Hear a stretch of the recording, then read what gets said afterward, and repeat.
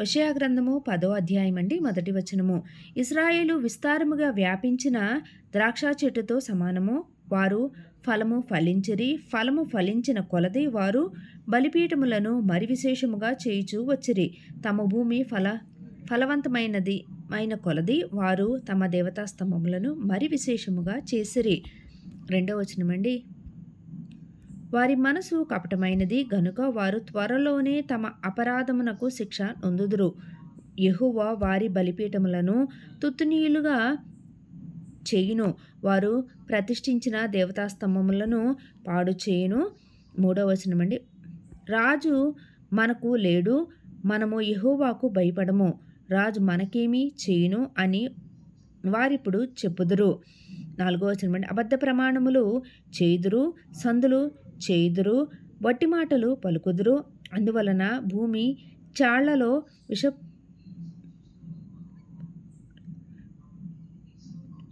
విషపు కూర మలుచున్నట్టుగా దేశంలో వారి తీర్పులు బయలుదేరుచున్నవి.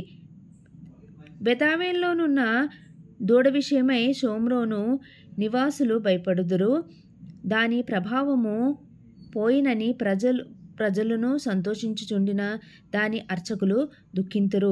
6వ వచనమండి. ఎఫ్రాయిము అవమానము నొందుటకు ఇశ్రాయేలు వారు తాము చేసిన ఆలోచన వలన సిగ్గు తెచ్చుకొనుటకు అది అష్షూరు దేశంలోనికి కొనిపోబడి రాజైన యారేబునకు కానుకగా ఇవ్వబడును. 7వ వచనమండి. షోమ్రోను నాశనమగును, దాని రాజు నీళ్లలో కొట్టుకొని పోవు నురుగుతో సమానము. 8వ వచనమండి. ఇశ్రాయేలు వారి పాప స్వరూపమైన అవెనులోని ఉన్నత స్థలములు లయమగును. ముండ్ల చెట్టుకు కంపయి వారి బలిపీఠముల మీద పెరుగును. పర్వతములను చూచి మమ్మను మరుగు చేయుడనియు, కొండలను చూచి మా మీద పడుడనియు వారు చెప్పుదురు. 9వ వచనమండి. ఇశ్రాయేలు గిబియా దినములలో నుండి నీవు పాపము చేయుచు వచ్చితివి, అచ్చట వారు నిలిచియుండిరి.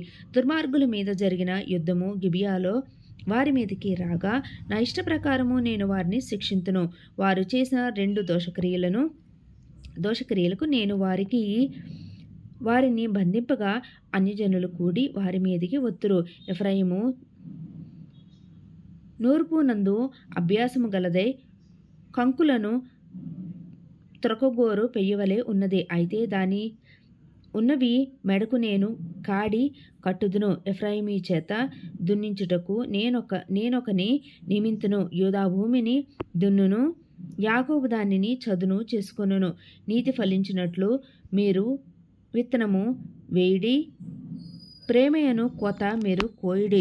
యెహోవాను వెదకుటకు ఇదే మంచి సమయము గనుక ఆయన ప్రత్యక్షమై మీ మీద నీతి వర్షము కురిపించినట్లు ఇదివరకెన్నడను దున్నని బీడుభూమి దున్నుడి. 13వ వచనమండి. నీ ప్రవర్తన ఆధారము చేసుకొని నీ బలాఢ్యులను నమ్ముకొని నీవు చెడుతనపు పంటకై దున్నితివి గనుక మీరు పాపమును కోత కోసి ఉన్నారు, అబద్ధమునకు ఫలము పొంది ఉన్నారు. 14వ వచనమండి. నీ జనుల మీదికి అల్లరి వచ్చును, షల్మాను యుద్ధము చేసి బేతార్బేలును పాడు చేసినట్లు ప్రాకారము గల నీ పట్టణములన్నీ పాడగును. 15వ వచనమండి. పిల్లల మీద తల్లులు నేలను పడవేయబడుదురు. ఈలాగున మీరు చేసిన ఘోరమైన దుష్టక్రియలను బట్టి బేతేలు మీద కారణమగును. ఉదయకాలమున ఇశ్రాయేలు రాజు కొట్టబడి నిర్మూలమగును. నెక్స్ట్ అధ్యాయం 11వ అధ్యాయం అండి.